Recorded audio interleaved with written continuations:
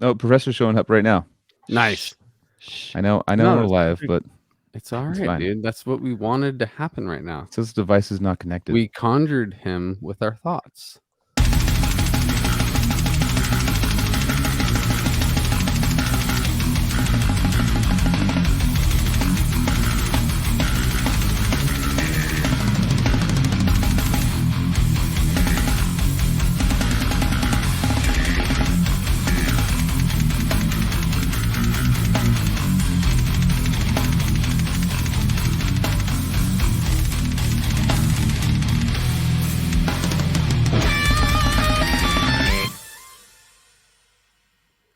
What's going on, everybody? Cali Death Podcast back once again, episode 135.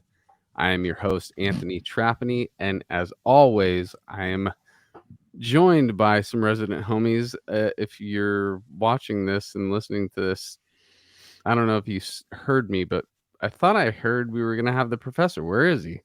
He's in the background. He's trying to log in. Yeah, it says device is not connected. He's trying to connect. Okay, so soon I will have all three of my resident homies with me at once for the first time in a very long time. But right now I got Casey Howard. I got Joel Horner. What up? What's up, Anthony? How's it going? Hello, Anthony. Hi. And tonight we're joined internationally. It's been a while since we've had an international episode, and all of us were just talking about the sacrifices we've made to make this episode happen. And it's late on Cali time. It's 10 p.m. roughly. But it's even crazier because our host just woke up, had a nice sleep, but it is very early for him. He's over in Sweden right now. He's a fucking brutal vocalist. Very, very fucking brutal when I listen to you, dude. But Fredrik Sodenberg. And how do you say your last name correctly in your dialect? Oh, Söderberg, I would say in Swedish. Okay, so you're close, Anthony. You're pretty close. I think it's close enough. We got Fredrik from Soreption with us live right now, dude. What's going on, Fredrik? Oh, and popping in right now, I see another Brady Bunch style popping in. No. Check it out. There he is right now. He looks fucking very simple. But either way, Fredrik, thank you so much for being with us our evening, your morning. What up, Jedi? I see you in the chat. He's in Australia, so it's 3 p.m. tomorrow there in Australia. Damn, so it's already afternoon for him. Yeah, that is crazy. Friday afternoon for Murray. Well, it's Thursday. Yeah, for us. Yes. Well, but Friday morning for there he is. Hello, can you hear me? Got you, brother. Yeah. Cool. Sorry about that. What up, Joseph? No, it's all good. What up, bud? Hello, Fredrik. Hi. How are you? I'm good. It's a bit early, so I'm a bit tired, of course, but it's fine. And thank you for having me, guys. No problem, dude. Oh, yeah. Dude, we got the full host roundabout going tonight for the first time in a while. We got lots to talk about with Joseph and his tour. But dude, the professor is back, guys. So I'm very, very happy. I'm happy to be back for this one. I fucking love Soreption. Deterioration of Minds was like the soundtrack to a significant portion of the early 2010s for me. Engineering the Void, everything since, even Illuminate, all that shit fucking rules. So, yeah. Thank you, man. Yeah. Oh, yeah. Joseph, aren't you dual citizenship to Sweden too? Yeah. Well, yeah. I thought that was a joke. It's not a joke, dude. This is it expired. I have to get it renewed. But yeah. It was a joke. So wait. Why and how? And explain that for a second. Oh, my mom is a Swedish citizen. Okay. All right. So she's just from the south, from like Malmo area. Oh, yeah. Cool. So she immigrated here, and then as a son of a Swedish citizen, you can apply and receive citizenship in the EU before you're 18, as long as you make a case. And in our case, the case was I had visited many times as a kid, so we were able to get me in there. So yeah, Nice, dude. That's Oh, nice. killer. That's awesome. yeah. And I'll be there in September, hopefully, as part of the trip to Europe that involves going to Germany for that festival. So When's the Oh yeah, man. when's the last time you've been there? it's been a long time. 2010, I think, was the last time I was Wow. there. I definitely blasted a lot of Spawn of Possession and shit last time I was there. So Crazy. it was old enough of me to have that, that side of things. You're already exposed to that, yeah. Yeah, but yeah, it's always been nice to have some Swedish connection, and it's a great place. And I've only been north, like towards like Stockholm, like a couple times. I've mostly spent time in the south part of the country. So, What part are you from, mean, Fredrik? Well, I'm from actually it's more like the middle of Sweden, you would say. But Sweden is a really long country, so Yeah. when you talk about Stockholm, it's basically a bit south for me. I'm like 4 hours north of Stockholm if you go by the coastline. So okay, it's a small town called Sundsvall. It's All right. Gotcha. it's one of the bigger yeah. in the north parts of Sweden, but that doesn't say very much actually. Exactly. All right, before we get deeper, let's do some plugs real quick, guys. Always at the top, battleforgecoffee.com. That's the homies in Deeds of Flesh, bringing you the caffeine bean. It's great stuff. They got merch, they got coffee. Go support them because we very much back that company, and it's not just because it's the homies. We've all sampled, we've all more than sampled. We're getting a hefty dose of that caffeine bean, and we love it, dude. I went through it Especially this late at night. Yeah, this late at night, we needed it. Yeah, that would have been nice. Yeah, We're good. But you're out of it already, right? Oh, Yeah. But yeah, dude, go support the homies. That's Underground Death Metal, bringing you the #1 drug in the world, caffeine. Yeah. what a sell, dude! Nice work on that. That was a good one. I like Yeah, that. I like that. It really is. If you think about it, it's the #1 drug in the world. Then second number two drug number of one. the world is Cali Death Podcast merch. That's the second drug that needs to spread through the planet. CaliDeathPodcast.BigCartel.com. Got a couple t-shirts. The professor will be personally bagging your order if you order from him. That's me. That's shirts. You guys fuck with me so much when I'm reading, I'm mid-thought, and then all of a sudden I'll see a picture of me kicking back at an early episode. I love this new style of the chat just doing it for us. Like they're getting multiple people like typing in the addresses like Battleforge. We got fucking But I wanted to shout out our latest guest, purchasers of t-shirts, Carlos Miranda from Chula Vista. I think he's in the band Parasitic. I think he got a shirt from us. And then a dude named Werewolf Falcon Master Parks. All right. I love that name. From Ohio, who I saw ordered a shirt as we were driving through Ohio, or like just past, and I'm like, we could have literally stopped by his house and just dropped it at his house. Yeah, literally, we're like, I got the order like minutes after we passed it. It was hilarious. So. Wow. Yeah, that's actually awesome. a pretty fucking cool synchronicity right there. I don't know if I would have wanted to meet the werewolf Falcon Master in person, but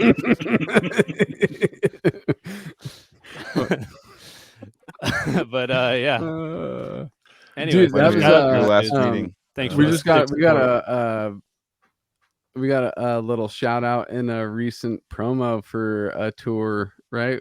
I saw that in a story. Somebody was wearing our shirt that was recently on, and I'm sorry I forget the names of everybody that's been on. And the show. don't bring it up.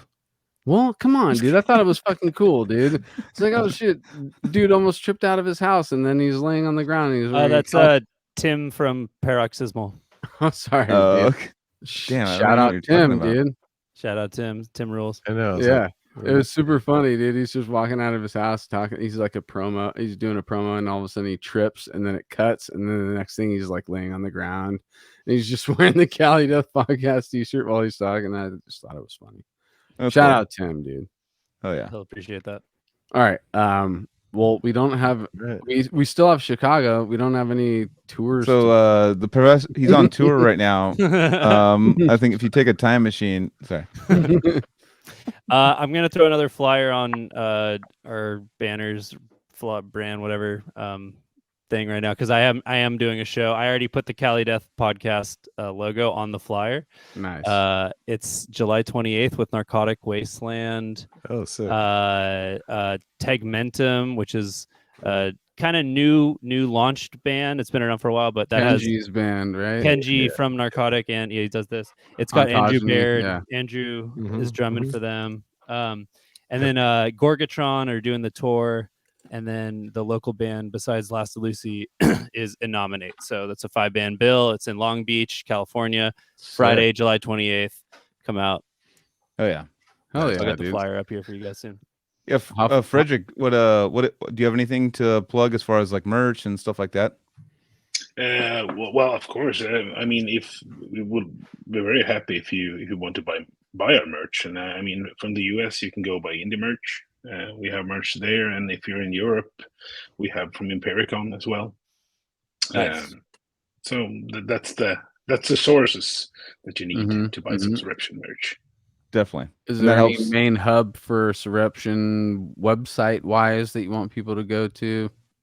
No, we don't have a main hub in that way. We use Facebook and Instagram a lot. Yeah. So if you want to follow us there on either Facebook or Instagram, that would be great. We were starting to up our social media game somewhat. We have never been that good on it, but now we're trying to put ourselves out there a bit more. I'm still So follow terrible us on at it, Facebook dude. or Instagram. Yeah. Awesome. I mean, man, just to give my little quick speech on Soreption, I feel like I'll just do a quick one. I feel like you guys have kind of created a genre of music, and it's like seriously, like I mean, seeing you at, I've listened to you guys for years, but I've loved it. Seeing you guys with Suffocation and Atheist and stuff like that, and seeing how it worked live so well, like. You came on and you were just pissed, and I was like, oh god, who the fuck is this guy? This guy's scaring the shit out of me. And I was like, and that was he's a cool, holding like an old school microphone. That's right. Yeah. Yeah, that was cool. It's That not was cool. like everybody else is holding a Shure. He's holding something that looks like it's But from the 50s. Yeah, one thing about the Soreption style, and you see a lot of bands like catching on. I mean, bands that are getting big right now, is a lot of the. It's. I mean, I think it all kind of.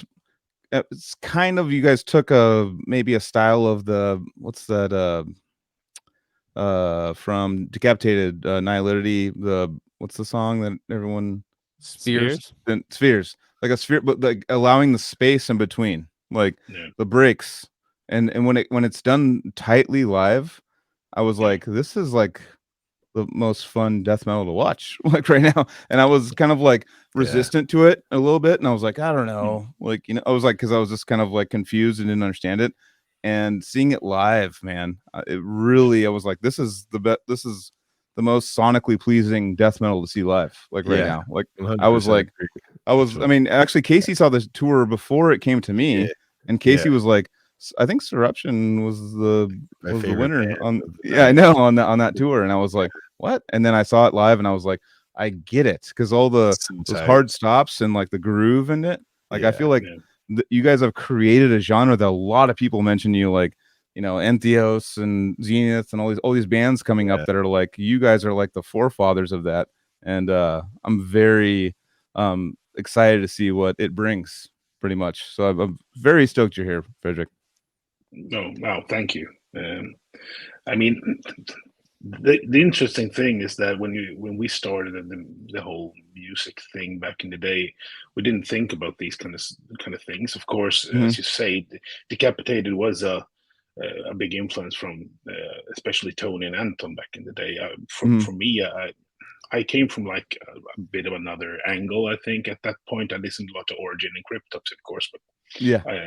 and a bit Cannibal Corpse. But then I was into a whole like it was kind of early, you know, the 2000s. So I Mhm. listened more to like the new metal kind of things. Than, Yeah, you yeah. know. Us too. And Yeah, at that that's time cool. I played in a band that was like doing a metalcore thing in the 2000s. So that should be more like the new metal part. Mhm. But I've started growling, and at that time I didn't even know what growling was either. I just invented it for myself, and later realized that this is actually a technique people are using. So I invented something that existed already. So Everything just melded together. Well, before Yeah. we move forward from there, because that sounds like you're already, well into, building your craft at the time that you're talking right now. Let's Yeah. take it back to before that, Oh. I want to know about your childhood a little bit. I want to know about, your parents and how artistic or non-artistic they were, what kind of music they listened to, if they were musicians themselves or vocalists themselves. I want to know about all that, but take us back to like that early memory where art and music or either or made an impact on you. I think, well, if we go by my parents, my father has been into music a bit when he was younger. He played skiffle a bit. He also played the trumpet, which I did at the early stages as well. Mm-hmm. And he has been in a band back in the day that played skiffle. Then he didn't do like a career of it or anything. So even I think, of course, I've gotten support from day one from me following up on music. I've studied it when I was like in high school, and well, the equivalent here in Sweden of high school at least. So I've gotten the support for the music, and I don't think that's a thing that's because my father has done music. I think they've always just been supportive, Mm-hmm. And in the Swedish system that we have here, there's a lot of room for creativity, I think, as well. So That's it's cool. easy to start that kind of journey. I mean, if we're going to talk a bit of broader spectrum here in Sweden in general, we have a lot of like metal bands. We have a lot of musicians, Right.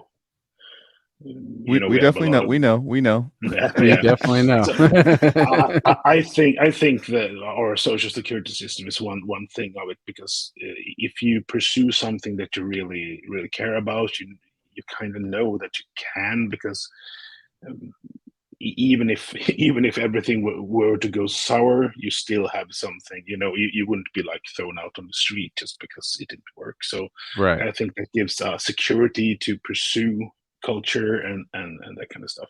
And even though I didn't think about it that way when I was younger, I mean, it's still a big part of why everything has worked so well. I mean, I studied music, I studied music production and sound engineering and all that kind of stuff during the early days of like Mm-hmm. my education. So So to make it short, I mean, I've always got. We have some music in the family. We have also some music like with my like cousins and stuff, but it isn't like something. I'm not a torchbearer here or something like that. It's just I've always gotten the support to pursue it. So talk about, some early music that made an impact on you, or wanting, yearning to play an instrument early, all those kinds of things. Anything like that pop up? If no instrument, then at least like just early music influences that you can remember. Yeah. The fun thing at this time, I had a lot of friends who were listening like to Iron Maiden, and they went that path. I mean, Iron Maiden, Metallica, and Slayer, and all that kind of stuff. Mm-hmm. I didn't go that way really. I started to listen to. I don't think they're that internationally known. They are quite known here in Sweden, and like in Europe, it's a band called Clawfinger. They played like. Well, they were kind of early with the whole rap and metal thing in Mm-hmm. Sweden. So I listened to them, and I Clawfinger. think Clawfinger, yeah. And so this is like early 90s, mid 90s, what? Early 90s, yeah. Okay. So I kind of started there, and I think they made like a foundation for what I would find next, and that was like, of course, Korn, Marilyn Manson, all that kind of stuff that went big in that kind of area at that point. And so I was big into the new metal thing, System of a Right. Down. Oh yeah. Oh yeah. All of us. As Joel and I Some of were us. as well. Yeah. I think the turning point for me when things became like I was really interested in the harder side of music was Slipknot and Mudvayne. At that point, I started to like expand, because Slipknot for me at that time was like, oh, can shit go any harder than this? I mean, Yeah, dude. can they? And the answer was yes, of course. But I started to find like Cryptopsy, Origin, and then I remember also But in your little the Berserker. Yeah. Oh, the Berserker. Yeah, I was just gonna say in your Oh, little Berserker, bubble yeah. when you're building up to something as a teenager like Slipknot or Mudvayne, Yeah. and you don't know about death metal, you don't know about extreme metal at all. Well, Joel Yeah. did a little bit. His brother was trying to feed it to him, but he was just like not ready for it yet. But he still went through his new metal stage, and then built the receptors to take in death metal and all that stuff. But just experiencing that on your own, to me, was like, this is kind of the most extreme thing I had ever listened to at that point, until somebody gave me Morbid Angel, Cannibal Corpse, all this stuff. So I always will respect that new metal phase in my life, because it was a very sturdy stepping stone into the real extreme stuff. For me, for me, it wasn't about like because I already knew what the most extreme stuff was, like hearing it, but I needed to be led into it. I couldn't just jump directly from Korn to Suffocation. Like I needed my stepping stones to be like, all right, this Slipknot's a little harder. All right, blast beats, and okay, all right, this is a little harder. All right, I needed to like slowly go up to, because when you go from like Korn to Suffocation or Morbid Angel and stuff, it's kind of like, all right, well, this is crazy, but I don't get it. And like like the whole process of slowly walking into it, I think, is what's so nostalgic and awesome about that whole process. You know what I mean? Like it's going like the extreme steps.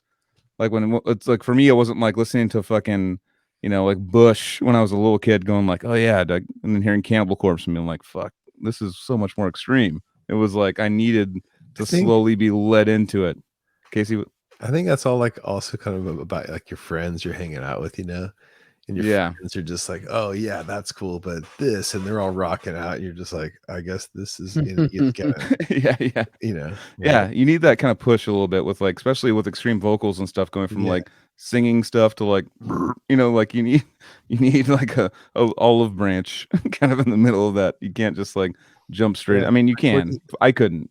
What do you think, Fredrik, about that? The thing I'm thinking about is that we're talking about like the early 90s and stuff, and I mean, internet wasn't that big of a thing. It started to like you were there on your dial-ups, maybe a chat room or two, or that kind of stuff. So there wasn't that really a good ground for you to find new music. I remember a site called mp3.com or something like that. So that was kind of the only thing I knew about, like, oh, I can search for music here, and you rarely found anything. So you were kind of bound to the people you had around you to like you should then think they should hear you like new music and that kind of stuff. And I hadn't there wasn't anyone around me that really was into like death metal and that kind of stuff. So for me, Slipknot for a long time was like, well, this is the hardest thing. I remember when for me, it was like I probably heard Cryptopsy before Cannibal Corpse, just because that's the way everything went down. Someone showed me Cryptopsy, and which that's a possibility that definitely can happen in somebody.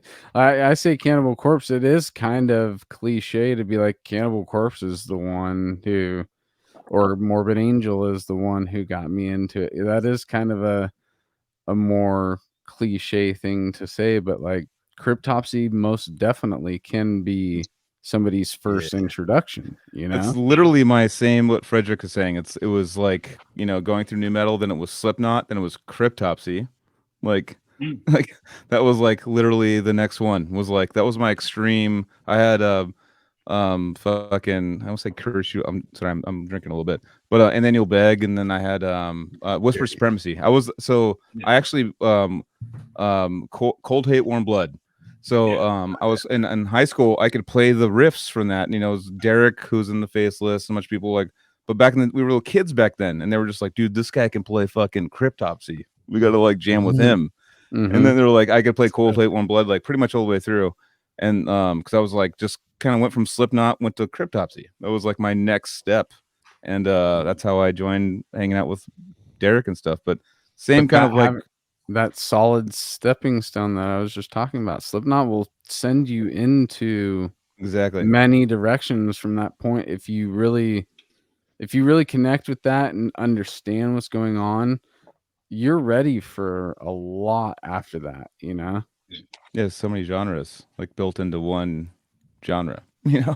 I know most of new metal was kind of garbage, guys. I understand. So when it's like nostalgic garbage. Metal, what are you talking about? I mean, but still not garbage for me. But I mean, look, if I were to be like a adult now getting into it, I'd be like, yeah, I get it. I'd make fun of it too. It's fine. So here's the thing, like, so now as an adult looking back, there's bands that, you know, Fredrik just mentioned, Slipknot and Mudvayne. Those two bands right there, I've now really felt like they might not really be in that new metal genre. They were lumped into it, but it's kind of like Alice in Chains and grunge. Some riffs.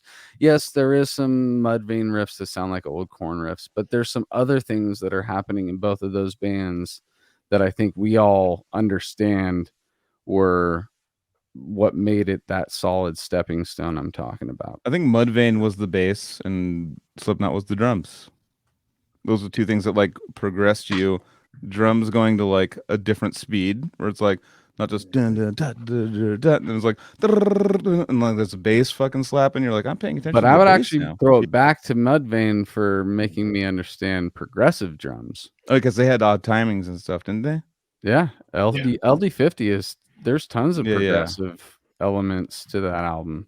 Fucking drummers just killing it, dude. Really quick, my student was like, we should play this song, and it was just like it was Papa Roach, dude, and it was like that song that goes like, no reason, it has that riff, and I was like, that's like Iron Maiden. Like I was like, I knew it. I was like, what is that?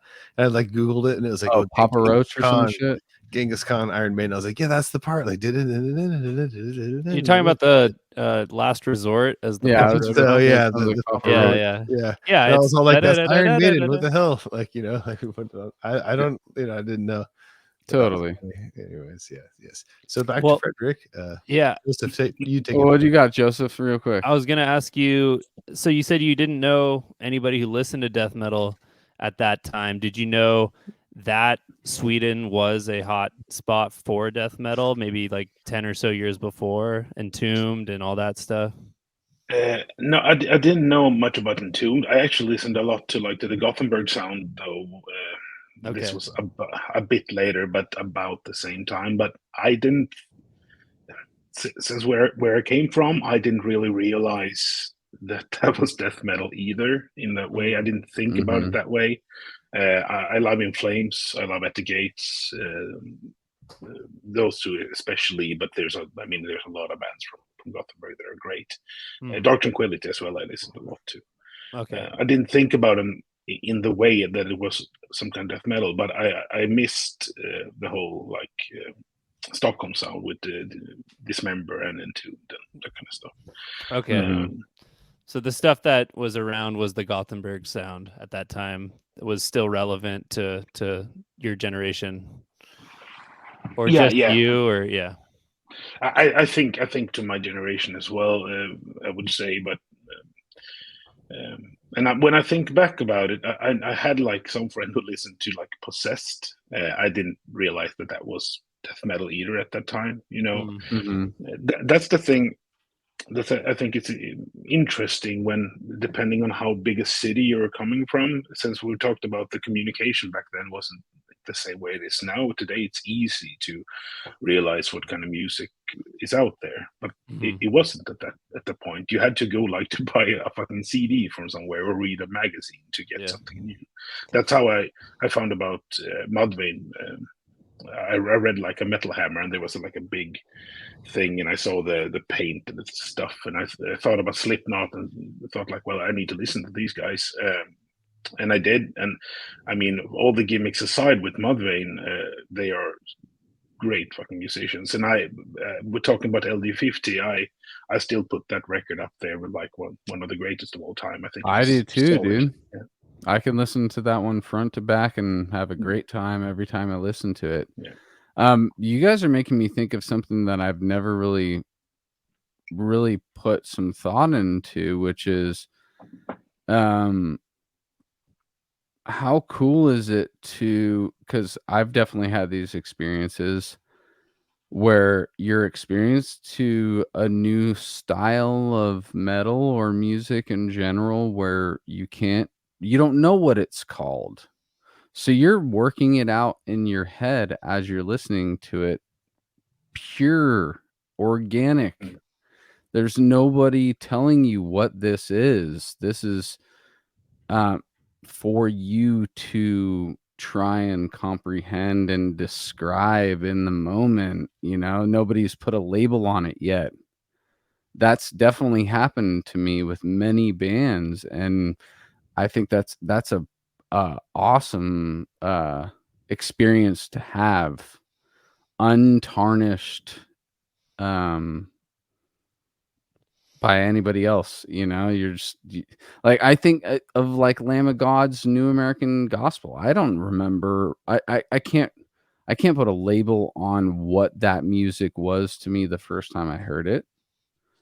We were calling it like we were saying that his vocals were kind of grindcore-ish, and I'm like, now in hindsight, there's zero grindcore in that album, but we had no other way of describing it because we had never experienced it up until that point, Before you're all jaded and shit. Yeah, those were good times. Exactly. I think that like your pure like openness to what you're experiencing and trying to just like decipher it and put it into your own language before anybody else can do it for you.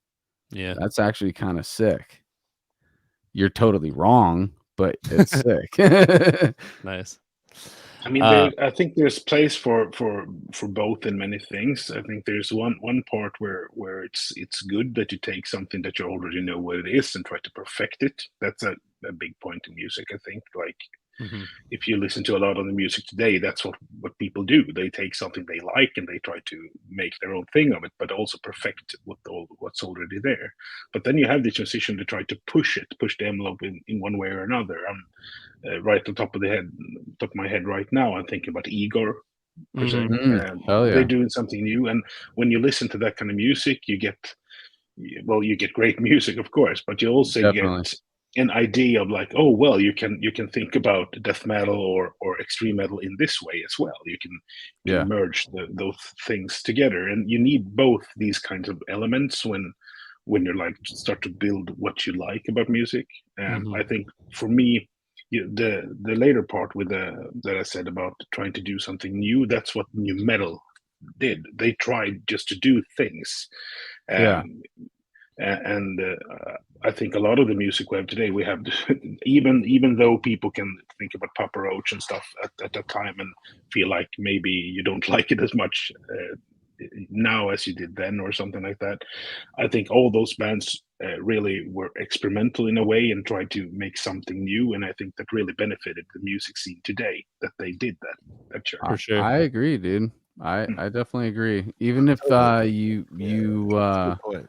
didn't experience it or didn't get it or didn't like it or whatever, there's still an element of that little blip that happened that added a nice spice to what was going to be the evolution of metal, you know? Yeah. Because new metal was like one of those burn the candle at both ends deal, but it was still something that alchemically was an important component to a lot of the later things that happened, you know? Yeah. You know, it's interesting too, is that like Tool is a band that kind of like never really gets kind of lumped into the new metal thing, but like kind of like is in the sense, but not, you know? Yeah, it's like they know? dabbled, they were there before it, and they like some of Yeah. their stuff influenced what new metal was doing, and then it kind of like crossed over for a slight second, you know? But I think like basically it's kind of like the idea of like where like rock can go or grunge can go. Like it's like what's the next thing, you know, like in the late 90s and stuff, and that kind of turned into like bands like Korn and bands like Tool and even 9 Inch Nails and industrial stuff too, like on that side. But you know, it's like I don't know, like I just think that those bands weren't really like like new metal, like a lot of times can be like all the other bands like Mudvayne and all that other stuff. But there was like bands that were kind of before it you know, even Slipknot we were talking about like in the other episode, like they're not necessarily straight new metal, they're kind of this other genre and stuff. So you know, it's like just basically heavy rock turning into metal crossover and that kind of thing. Yeah. So it's all just, you know, Yeah. labels and stuff. But so Fredrik, you mentioned you were playing in a couple bands before Soreption, so maybe we could hear about your history of whatever projects you had and then eventually how Soreption got started. Well, the earliest bands aren't really bands in that, you know, you start somewhere, and we did. I actually played like an Iron Maiden cover band. We kind of like to hear about those. Let's hear a little bit of details of those bands though too. wait, Iron Maiden cover band, really? Yeah, Casey's fucking. His ears are perking up right now, dude. Tell me. Yeah. Now, the thing is, I had a few friends that really loved Iron Maiden, and I just wanted to play bass at that point. So I just wanted to play bass with them because it didn't really matter. They could have played anything. To be fair, I just wanted to like play music because I've started to like trying to find myself in that arena. But I remember the turning point for me. It's a quite kind of weird and boring story. But we had like a rehearsal. We were gonna have a new singer in the band. He wasn't really cutting it. He couldn't sing. But I mean, he tried, and kudos for that. How could you be in an Iron Maiden cover band and not be able to sing, dude? If you're, I don't know. I mean, this wasn't a band. You know, it was just a couple of friends who wanted to play music together. If we would have continued along the road, maybe we would have been like a band. At this point, it was more like a group of people playing Iron Maiden cover songs. I would say we didn't have a name or anything. But we tried to get a singer in. It didn't really work, and we had the drummer and me. We were like kind of tired because they were going through the song with the singer, and it wasn't really getting anywhere. So the drummer started to play something. I started just to yell to him playing, just fooling around, and I started to screaming there. And for some reason that became a thing. So we made some weird, like I started to scream Iron Maiden songs just with a bad screaming technique, and you know all that kind of jazz. So that's how we started. We did like we played like at school at some point where we like at the end of the year we played a talent song show or something. No, it wasn't even like that. It was just I don't. It was weird. We played music, and the teacher were like they were trying to be make it so that we could play because we played music, and we were doing that weird fucking Iron Maiden thing where I was screaming, and it was kind of fun in a way. But how bad? Real quick, you just made me remember. I cut my first performance in front of people was covering Slipknot songs in front of my high school during lunch. Everybody's Yeah. eating their meals, and I'm screaming "Wait and bleed" at them or something. You know, Nice. Yeah. it's a weird feeling, but at the same time, it's like exhilarating when you're young and you're just performing. You're just, you know, You need. I mean, there's no shame here. You need to start somewhere, even though yeah, it probably sounded horrible. But it is what it is. I mean, it's kind of like that. But at least I felt like doing more music. So then when I got to high school, I went for like music. We have like these programs when we go to high school. You can like go more for maths, or you can go more for social science and stuff. And I went for music. We always have like the core where we have like math and social science yeah, and that kind of stuff on all programs, but you lean into something a bit more. And I went on the music program, and that was where I started to like broaden my horizons in many ways. I mean, when we talked about the new metal stage and that, I mean, that really took off at that point. And that's also when I started to play with like my first real band, you would say, who had a name, who played shows, you know, that kind of stuff. So that band is we actually had a reunion last Friday. no We shit. had I thought you were about to say like last year. You said last Friday. yeah, we actually had last Friday. A high school band reunion that just happened. That's rad. I mean, we actually stopped playing in 2007, I think, Oh, okay. 2006, 2007, and then we had a reunion like 7 years later, I think, about Mhm. something like that. I'm not going to do the maths here in the morning, but something like that. So we had a reunion there, and then 10 years from that reunion was this Friday. So we played again one time now. That's cool, dude. Yeah. So I mean, and that is that band was kind of more. It's called Disdain. It was heavily new metal influenced, but I think we were mostly influenced more about the you know the prog style we were talking about earlier, like Mudvayne, Tool, Yeah. also Slipknot in ways. So we no like 4/4 beats in this music. It's all everything is just weird. Any Very weird. recordings you guys did? Yeah, bad recordings. They're up. Yeah. They're up on YouTube if someone wants to seek them out. They're right. there. So I'm I gonna- mean, fun music, and we have always had a fun time playing. But that kind of was the band that everything took off, because when I went into the band, if we're talking about my vocal journey, is that I was just screaming. Now in hindsight, when I listened to it, it sounded awful, really, really awful. I mean, back Mhm. then, I kind of knew it sounded. You know, you were listening to it. It was, I don't really want to sound like this, so you're trying to Yeah. find ways to sound better.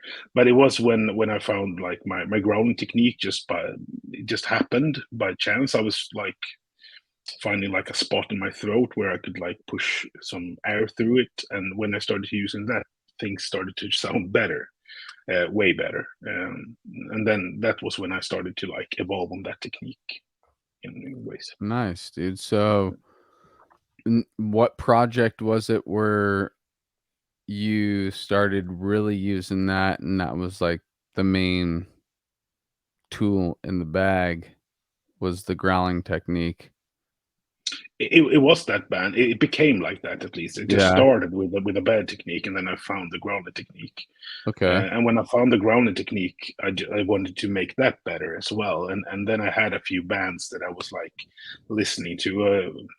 You have to understand. Also, I didn't really know that it was a technique that people were using at the start. I kind of, when I started to realize that it was a technique that people actually used, I started to find the people that I really liked how they used it. And I had two bands that I was practicing a lot, like the songs to, and it was Opeth with Mikael Åkerfeldt. Mm-hmm. I have always liked his like the thickness of it, the output. Yeah. Like it's not he doesn't do much of the dubs and stuff. He just makes makes the sound be really thick, and you can like go And very far with rich. just like, yeah, it's a rich sound.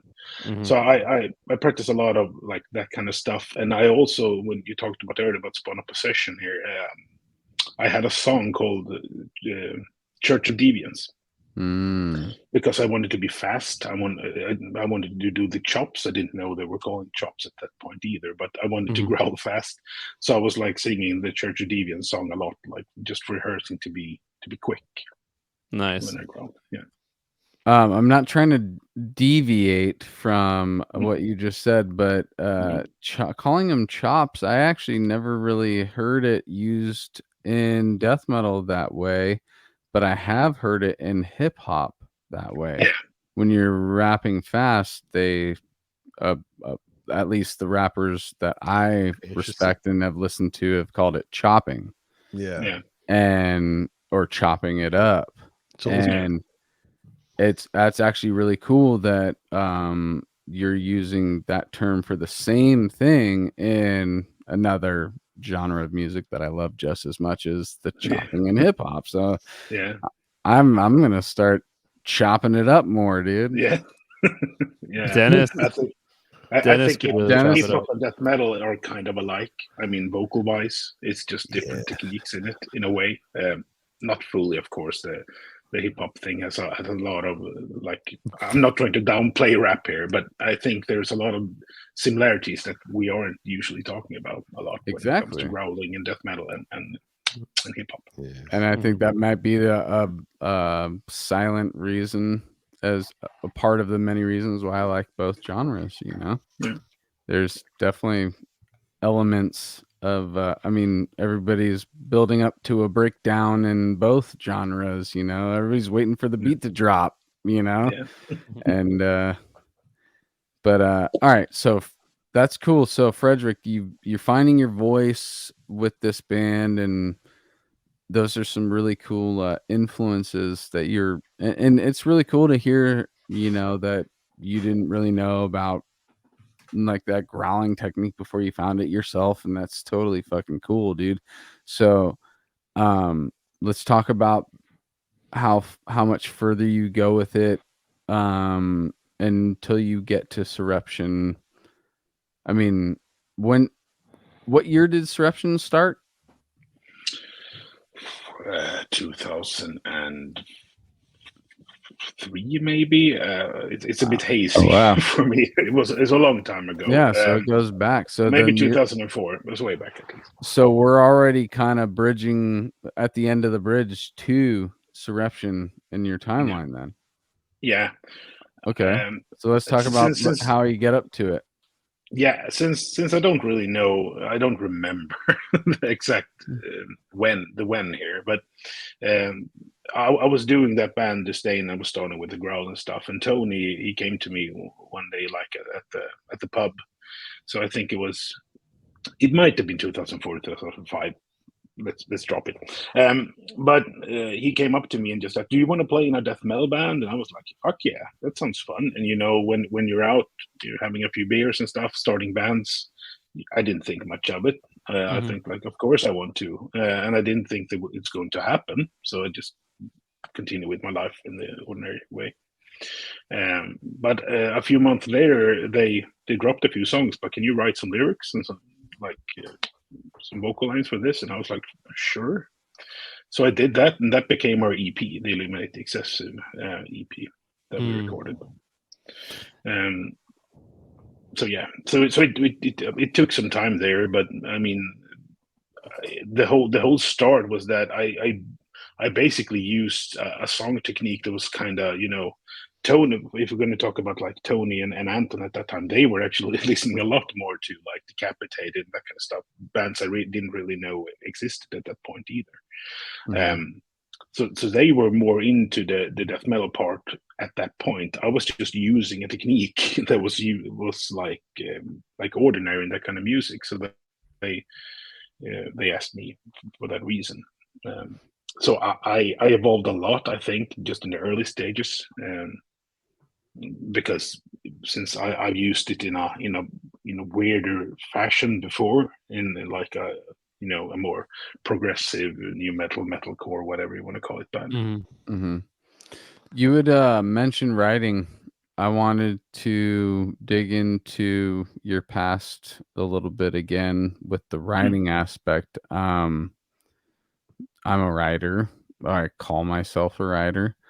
And you write your own lyrics as well. So I want to know a little bit about, the origins of that. Did you write poetry in the past? Or are you a avid reader? That type of thing. No. I've always wanted to be an avid reader, but I'm not, to be fair. Same.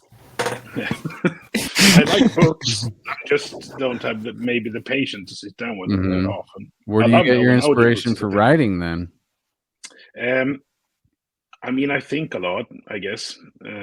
So, I mean, the writing for me becomes the lyrics in one way or another. I always try to, I mean, at the early stages with the other band, I've always put a lot of effort and a lot of thought into the lyrics. I think they're important. I also live by a thing where I don't want the lyrics to be too obvious. I don't have any problems with people having obvious lyrics. It's just for me. I want the lyrics to be, when someone reads what I do, I don't want them to like be served everything I mean. I want it to be layers. I want people to read it and build their own interpretation of what I've written. You sound exactly like me so far. I'm on board 100%. Yeah, so basically, when I, even back then and in the early Soreptions, I usually write in layers. I write in one layer where it's like a bit easier to interpret the lyrics, and then I always have layers where I build more on the metaphors of things. So, and the layers, they are for me. Basically, but they are also for you as the reader or the listener to build upon. So, Fredrik, I just fell in love with you so much more, dude, because you sound exactly like how I write, dude. I have things just for me, but they're still for you. I love that. That's well perfect. Put, dude. Yeah, well put.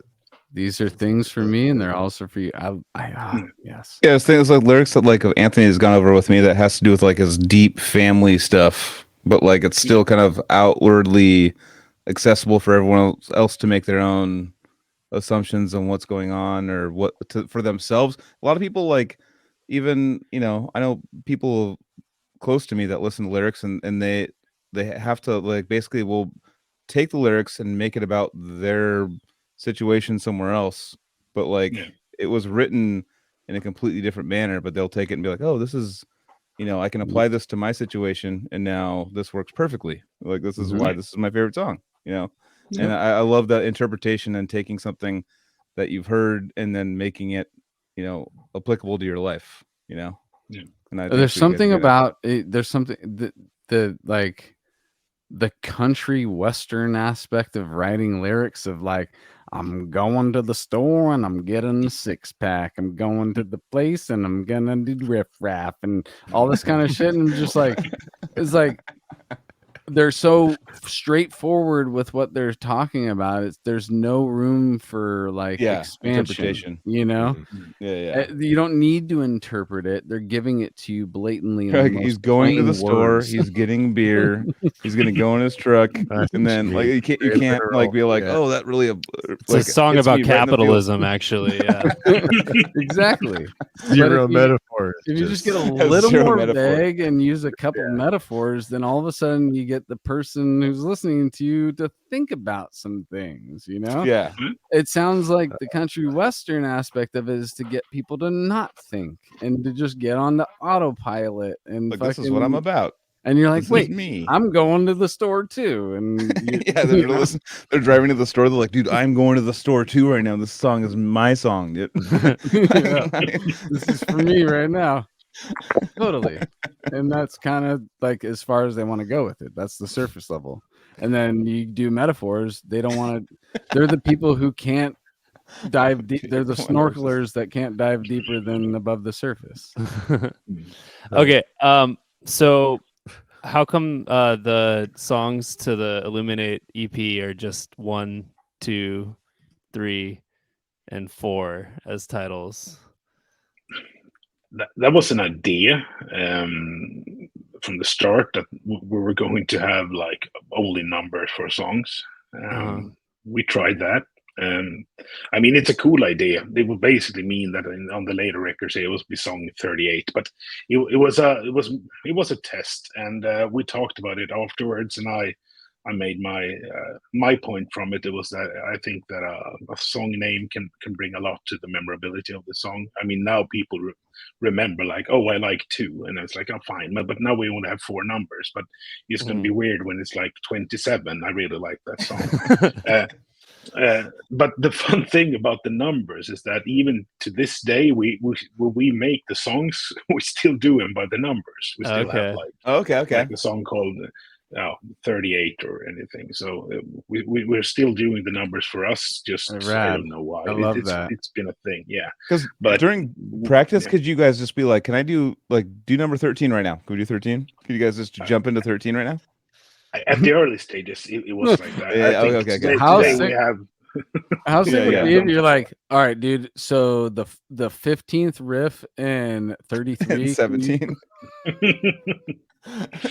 I mean, I think if I remember correctly, I think it was a thing like with the Deterioration of Minds record, we still talked about the songs as numbers.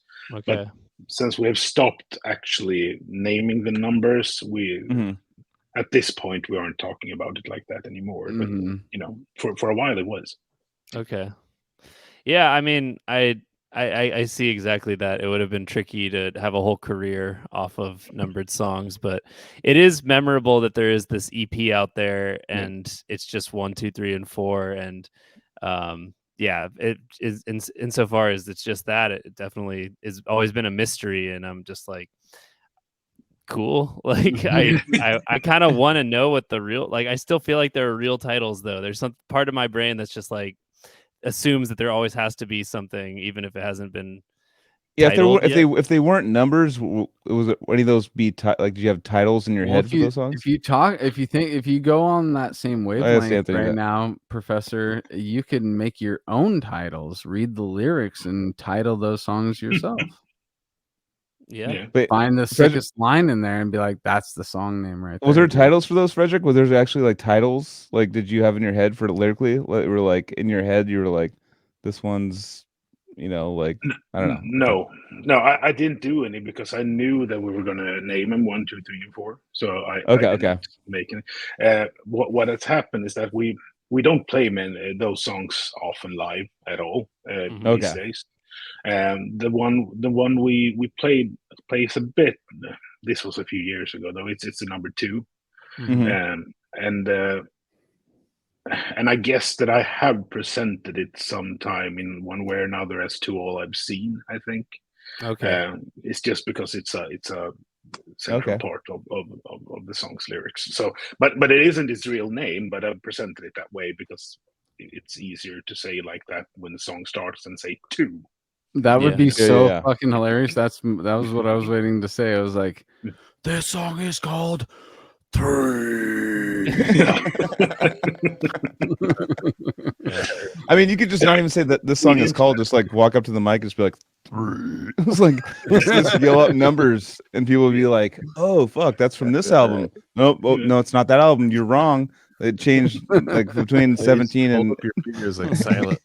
Yeah. That's cool. It's a cool idea, but yeah, I could see that it'd be hard to like actually execute to like keep it going, you know. But definitely a cool idea. So with that EP, when did you guys start playing live? Did you have any shows before the Deterioration record? Did you guys get picked up by a label on the strength of that EP? What was the next steps in the career? We have had a few labels, I think, even for that EP in one way or another, just local labels here that helped us. But that EP actually was like licensed by Listenable Records, if you know about them. Yep. Oh yeah. Yeah. So they sold that record. Okay. And it wasn't pressed in that many copies either. But the fun thing about that record is that we made the EP and we did a show like in just before we released that EP. I don't know if it was a half a year or a few months, but we did that. And we wanted that EP as well to be like somewhat of a promotional thing for us. So we did the weird choice of releasing a live DVD with that EP as well, but with our first ever show on in here in our hometown. Whoa. So that's, if you get the physical copy of that record, you will have a DVD as well that you can watch that first show we ever did. Oh, I Sick. missed that when you'd get CDs back in the day, and you could put it in your computer, and then there would be like there's DVDs enhanced, on it. There'd be a video on it. It was double. CD. Yeah, that It was. was a CD and a DVD, so it was a double disc. Yeah. Yeah. Oh, okay, got it. Sure. There Yeah, used to be, that like, was remember back actually- in the day, like in the 90s, there'd be like a CD that you get, but like, oh, put it in your CD-ROM, It's and an then there'd be like a music an video in there. enhanced- They was a called it big- yeah. enhanced CD-ROM or some shit. Yeah. Mhm. But So the fucking double disc thing too, dude. I see. It was physical copies were packaged in a way that you got like your bonus material, just like DVDs and Blu-rays. Everybody's looking for the bonus material. Well, a lot of great artists have put out the double disc thing where they have the like DVD of the making of the record or Yeah. supporting that record on tour, and just, you know, other awesome little tidbits that you would love as a real fan. Yeah. And now Yeah. you just go on YouTube and you can find all that shit. You know? It's like Yeah. what's the tidbit? Like, what's the tidbit of the album? Well, it's like, oh, there's a video of it. Like, you can't like, and that's like a lot of things that are, you know, a lot of mysteries lost with music nowadays. It's not. It used to be like, oh, what are these guys all about? I have no idea. Well, and it's still like, you can, like, that's why like bands like, you know, I brought it up last week, but like Sleep Token, people are like, oh, I don't know what's going on with them, and it's like they're trying to bring it back, the mystery thing, and like, and people have ate that up immediately. Like, they're just like, the mystery used to be the music back in the day. It used to be like reading a pamphlet was all you knew about the musician. You'd be like, oh, this guy thanks fucking Martyr. All right, well, I need to check. You know, I need to check out this band. Now it's like, oh, let me just go to his Facebook. He made some weird comments. You know, it's like, it's so, the mystery is kind of gone with music, and that's what's hard about like that excitement that we used to have as kids. You know what I mean? Yeah, I agree. Yeah. You know what's annoying real quick is kind of like if you go on the streaming services, so like I use Apple Music, or if you use Spotify, it doesn't matter, whatever. But like if you go on there and I like see a band and I see their earliest album, and the dates can be wrong also, like that says on there. Oh, yeah. But it's also, I mean, even Decrepit has wrong dates and stuff. It's super funny. But it's like you see it and you're like, oh, okay, these are the albums. And then like, that's not the first album. You have to go to Metal Archives and search, okay, this is the first album. And like check it on YouTube and see if it's there. Like, I know stuff, I don't own it and stuff. It's like annoying to like figure out like what is the band's entire discography, you know? And it's not like clearly on the streaming service necessarily, you know, like everything, you know, or like the EPs and the different, you know, it's like, God damn it, can't they just like make it all and pay the bands better? Well, all things like, come on, just, you know, I think, are you old for you're this talking shit. about the Just make it availability of all in one information? thing? I just want everything. I'm getting old man about it. I just want everything in one thing that just has all the things. I just want to look up a band and see all the EPs, all the demos, all the things in one, you know. I don't want to. I mean, Discogs is a good resource. Oh, yeah. Discogs.com will show you everything any artist has released. I can Metal Archives or like look it up. Even better is Discogs, dude. Metal Archives is they've kind of slipped. They get shit wrong and stuff, but Discogs, I mean, like, is like in the streaming thing that like plays all the music for me, you know. Oh yeah, no, they just on Apple Music, like I go on there and I'm like, sick, dude. And I'm like, their first album was like this year, and it's like, nope. Oh, I'm sorry, I thought you were talking about information. Yeah, getting it all. Oh yeah, dude. No, yeah. This is the. And they should pay the bands better. I've explained this many a times, dude. We've gone too deep to where now digitally our stuff is getting lost. There's certain aspects of music that we listen to that you can't find digitally. There's definitely a ton of underground hip hop, underground death metal that you can't find on Spotify. That's You crazy. can't even Oh, find it yeah. on Yeah. Prime. You can't find it on That's a good any of point. these main hubs. But it's Sucks. just all licensing. It's all corporate bullshit. That's the reason why you're not getting it on all one place. You're never going to get it in all one place because there's too many people trying to get slices of it. I know. I'm just I know. it's like, how cool would that be? It's just like, what you just if I can just log into Apple Music or whatever, and just Yeah. be like, all right, dude, Soreption, and be like every single thing they have all the albums on there, right? But I'm missing something. Like I don't even know I'm missing something. That's the There'll problem. be one album missing. You're like, what the fuck? Yeah, like there was an album like before that, but it's not on Apple Music or it's not on this. yeah. So you have to go on YouTube to find it because I'm just like, God damn it, like I want to know like what was the first, that pisses me off. So Well, it's going back to like the old school shit where you just like didn't know. Now it's like, dude, they don't have it. What the fuck is the like before we used to have to find, or now it's just like, Go why to isn't it all? Sam Goody or I'm Tower paying you Records monthly, like warehouse. fucking present them. Like, Yeah. I checked and it says that Illuminate came out in 2010 and it did not. It came out a few years before 2010. So that is an example of the very phenomenon you're talking about. So. Yeah, Spotify is terrible with it. There's albums that are like, oh, it's the newest album. Like this one came out in '84. Like why is it? Like they completely get it because like they uploaded it at a certain time and they like type in like when did you upload it? It's like this is when the album. Yeah. Anyways, but all right. So further on, Deterioration of Minds. Yeah, Deterioration. I want to hear everything you can tell us about writing and recording that record because that's a huge album for me. Yeah, I mean, there's a lot to say. I think we did the EP and we were kind of surprised it gained for us in a small town newly starting a lot of traction. We did we got a bit, and I think the magazine was called Terrorizer or something like that. Mm-hmm. So we were kind of happy that people liked it, of course, but I think we started quite early to write the album that became Deterioration of Minds.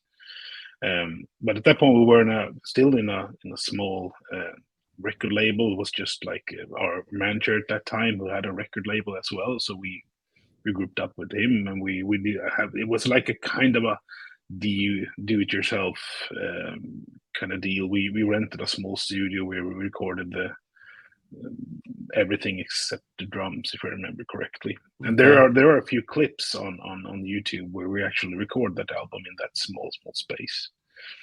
So I mean, for the recording wise, we did it ourselves, and we had our manager was also a sound engineer and a producer in a way. So he did. It was his name is Tommy Rehn. He basically did all the mixing and recording, and he had a lot of the ideas with the guitar sound as well. So I mean, he did a lot for us in the early stages with like how we should sound on a record and all that kind of stuff. Did he work with any other bands, or was Soreption kind of his main project in that area? No, he was a musician. He's always been he did all the orchestral part of that album as well. So nice. he was really good with that kind of stuff. And he also played in a band called Angtoria or something like that at a point. They were a bit of a name, at least around here. So he did that for a while. I don't really know what he does today, if he's still managing or anything, but at the later part of his career now that I know of, he has a son who played more of who also became a musician that he managed and that kind of stuff.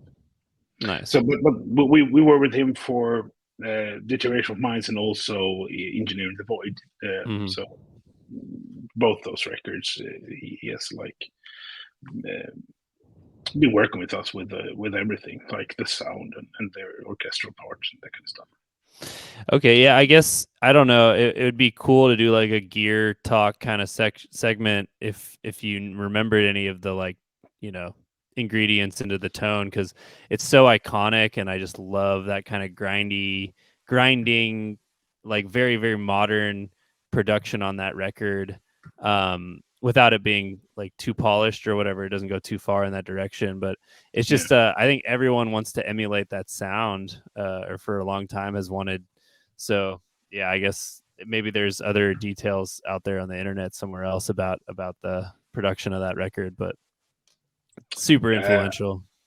Oh yeah, I mean it was a great record for us. I'm not that kind of gearhead that I remember everything like that because mainly because I'm not a guitarist either. I mean that's not a tone. There are certain things that I remember that we did.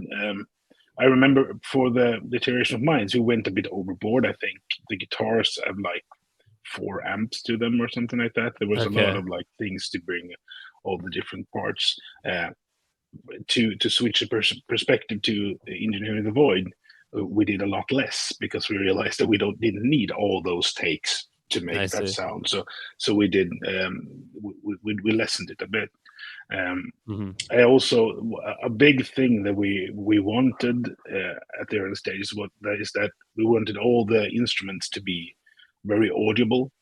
So and that like the drums, of course, you always hear, but we also wanted the bass to be something that really took a lot of space in the in the sound. Yeah.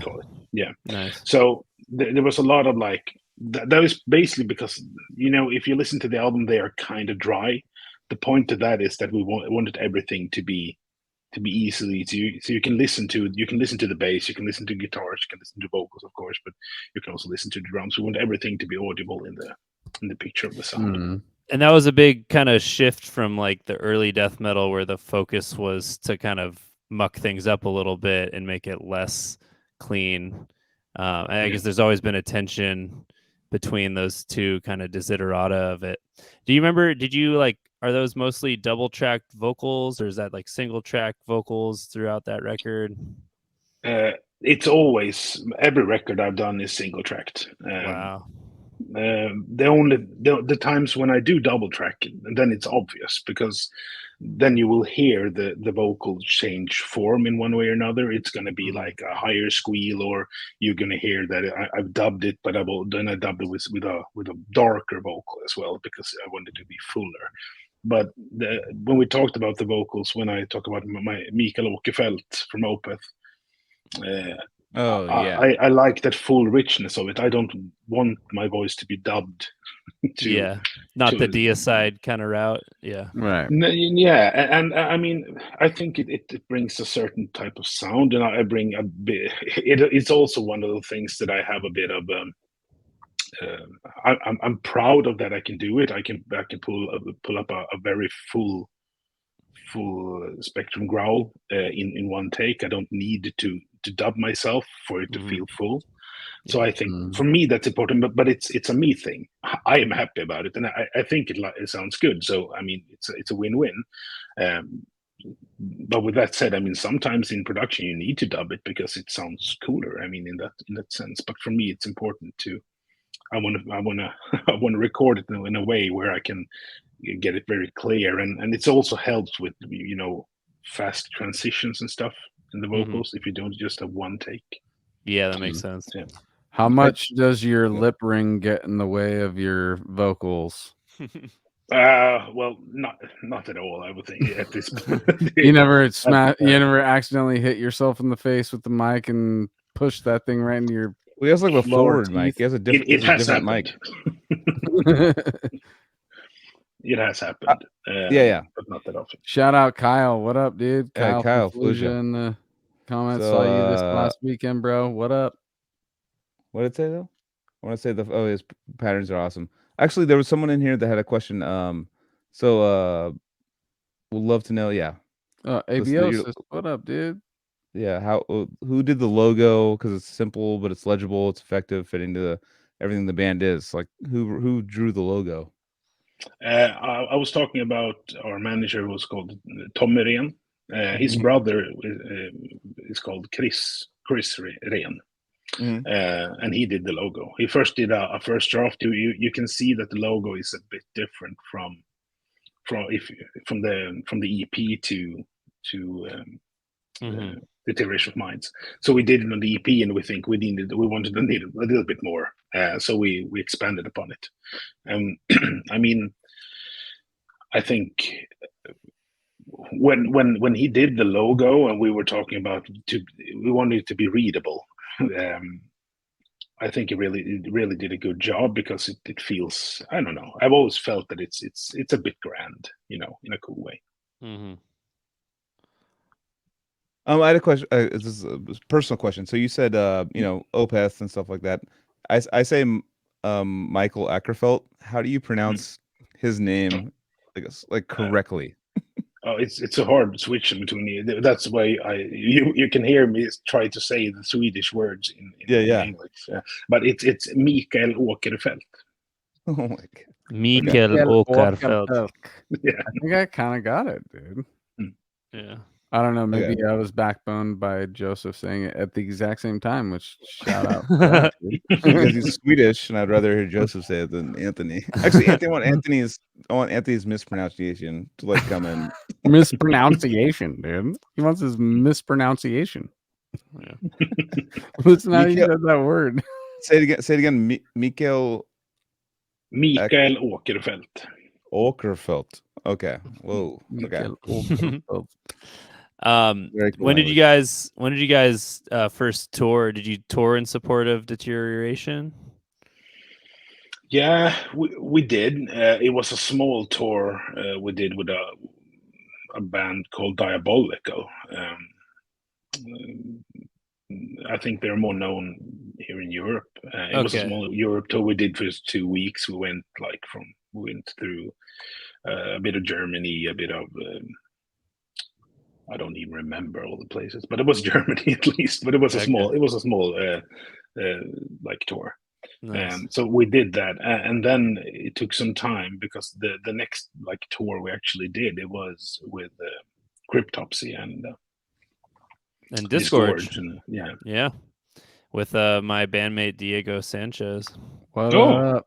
The Yeah. Riff Wizard. Yeah, I love Diego. He's such a great guy. I love him, dude. I spoke to him yesterday. Yeah. I'm still waiting for someone to talk shit about Diego.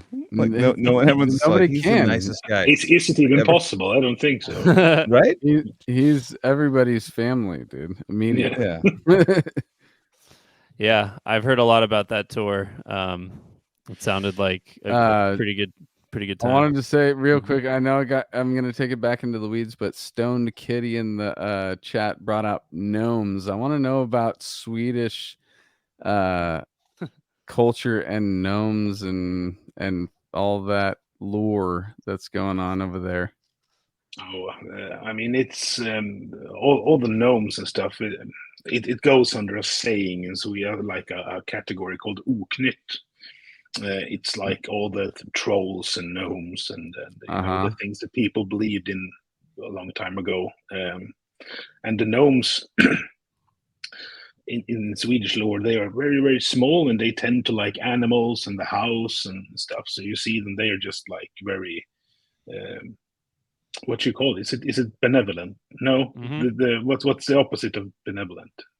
Well, they're kind, at least. Yeah. Sweet. And try and kind and sweet and take care of things, and so. And I think a gnome for us, I mean, lore wise, if you think about Sweden, a lot of Swedish immigrants actually came to the US back in the day when people started to move to the US. So I think there's even when we talk about the weekdays, have you heard about that? Thursday, it's actually Thor's day, the god Thor. Oh, yeah. Right. So right. in Sweden, it's even more obvious, because we call it Torsdag, because Thor is Tor in Swedish, so we call it Thor's day. But it became Thursday. So if you think about that, it's like a melting pot of things. So if you think about the Santa, the Coca-Cola Santa that we have today, it's all derived from this gnome thing back Totally, in the day. dude. Oh, That's why we do the podcast on Thor's Day. Because Yeah. I just we do, dude. we I do. also just realized, so it's the summer. It just passed the summer solstice. So Yesterday? It was yesterday. how long was? today Yeah. it's midsummer actually here, so it's a festive evening. Speaking of Oh which, wow. So when did the sun come up? Where you are right now? Oh, it's I don't think it has gone down really. I mean, I don't know when it came up, but it's it goes down at some point, but it's always light Sunny. here, you know. yeah, like this time. this time, yeah. yeah. Wow. Yeah, Wow. but it isn't high in the sky. If you go even further north, where I'm from, you can have a midnight sun. I don't have that because it actually goes down, but it goes down so little that it never gets dark here, really. Yeah. How do you sleep, like with the curtains? Do you have like the light curtains or the glasses? No, or- you just get used to it that just it's get kind used of to light. it. I mean, if you're up north where it's midnight sun, then I know they have this curtain, because if the sun would be in my eyes when I try to sleep, that would be kind of annoying. At least I have the sunlight somewhere Sure. else, so it's just like more of a clear sky, you know. It's like Gotcha. Mhm. Yeah, totally. I mean, for me, like lately it's been the just noticing, just having a mask on, just having just cover my, because I have blue eyes, so they're very sensitive to light. Just having those on, man, I sleep so much better.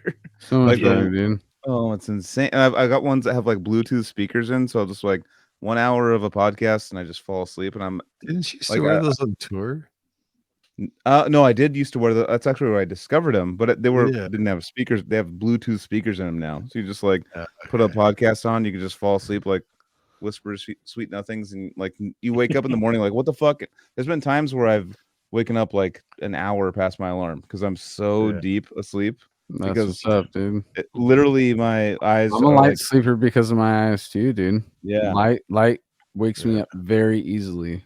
That's what's So- when you're talking about like Sweden and stuff, and like being up and like with the sun for way late in the day, like that would fuck me up if I didn't have some sort of blackout something, because Mhm. like that really, because people blue eyes, like I have to wear sunglasses when it's foggy but it's light outside, Me too, because dude. like it hurts my eyes. That's my privilege.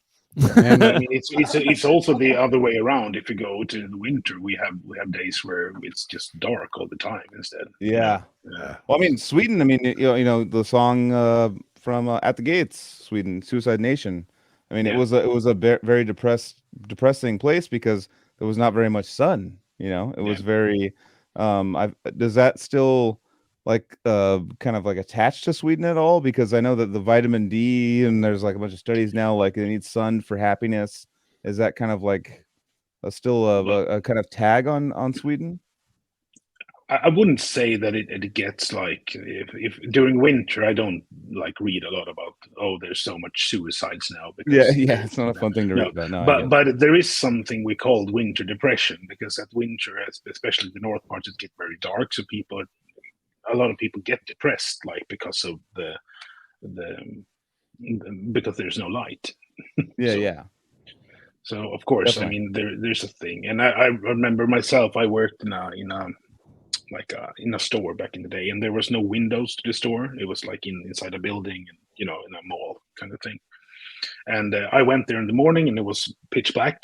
And then I stood in the store the whole day, and then I went home, and it was pitch black again at night. And then I went up again next morning, it was pitch black. So it can really mess you up. So it's important that the few hours you have where it's kind of light at the day during winter, that you at least see that there's light. Yeah.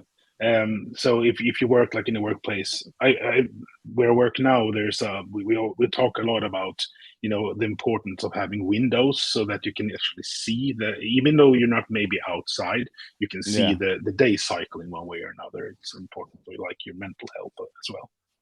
Can I ask what kind of work you do? Well, I work for the state with parental leave, actually. Okay. Yeah. So it's not that like glamorous, but it's a good job.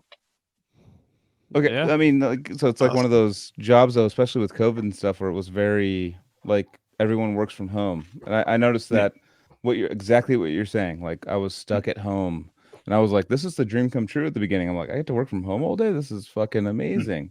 And slowly deteriorated into kind of a depressive, kind of like not very happy place that, you know, I'm sitting in the corner, even though I have like I'm living in a beautiful area, but it actually, I think that's huge with the windows and having like some sort of light and just stepping outside for at least an hour or half hour, just like take a deep breath, just look around, just like this, like appreciate the surroundings. Because if you're stuck in a room for too long, and then like, all right, like during that time, it was like everyone was so like didn't want to leave, so it's like you're working at home, your life is at home, you're stuck in. It basically just became it got depressive, super depressive. Yeah, and I dude. was like, you know, Vitamin it's like, D deficiencies. oh yeah, it was You gotta crazy. get out in the sun for at least like a half an hour.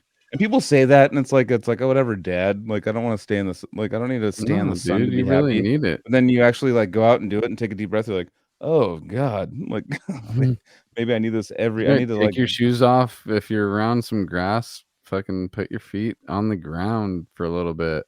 Like, yeah. really. That's what our everyone before us did. It's like they didn't breed a bunch of people that were just gonna like, hey, sit in an office all day with no light and just like, hey, it's gonna be happiness. It's gonna be all good. So like, yeah, that's definitely a good thing to get out and take a deep breath. Yeah. I always think about the movie Metropolis. Have you guys seen it? Oh yeah. This guy sitting in this dystopian society, just like in a big hole. Very depressing. It is. Yeah, It is. And I mean, there's so many movies that are like, oh, is this our bleak future? And more it's starting to look like it is, you know? But rock on until we get there, dude. Yeah. I was gonna ask. Since it is midsummer, are you gonna celebrate it? You have any plans? Yeah, I think for me, midsummer is a nice holiday to celebrate in one way or another. But I'm not that traditional. I'm not gonna go away and dance around the maypole and that kind of stuff. I'm just gonna get together with a few friends and barbecue some food and maybe play some board games and stuff. Just take it easy. Did people in Sweden, did they watch the movie Midsummer? That was the US produced movie. Nice. Yeah. I mean, I think it's a fun movie. I mean, it's not fun. It's kind of horrible, but but it's a fun take of it is a weird tradition we have here because it goes back so long, and now I don't even know. I mean, the maypole, it's like this fertility symbol back in the day that we dance around. It's very weird if you get into the nitty gritty of it. Well, if you go back that far, I mean, fertility is a lot more important if you want to preserve your group of people, right? Yeah, but it was also fertility for the land, getting crops, getting food. Exactly. Kind of stuff. I think that totally makes sense. The further you go back, the more it would make sense for ritualistic things like that to happen at certain times of the year, waiting for a harvest is here, those types of celebrations. All right, back on. Yeah, I didn't want to derail us. Sorry, everybody. I'm not gonna go watch our old people jump off a rock, at least. Yeah. Nice. So you did the Engineering the Void record. That was before the Cryptopsy tour, also. So you had like 2 solid records before heading to the US. Is that right? That was your first time going to the US. Okay. And then you guys did a Devastation on the Nation tour with Origin. I saw you guys in Oakland. Yeah. I think that was like 2016 or 17, maybe. No, it had to be earlier, like 16, maybe. Well, as you might have realized, I don't keep track of time very well, but it's probably around there somewhere. Yeah. 15 or 16. I saw you guys, and I got the Deterioration shirt that I still wear a lot. And it was a fun show.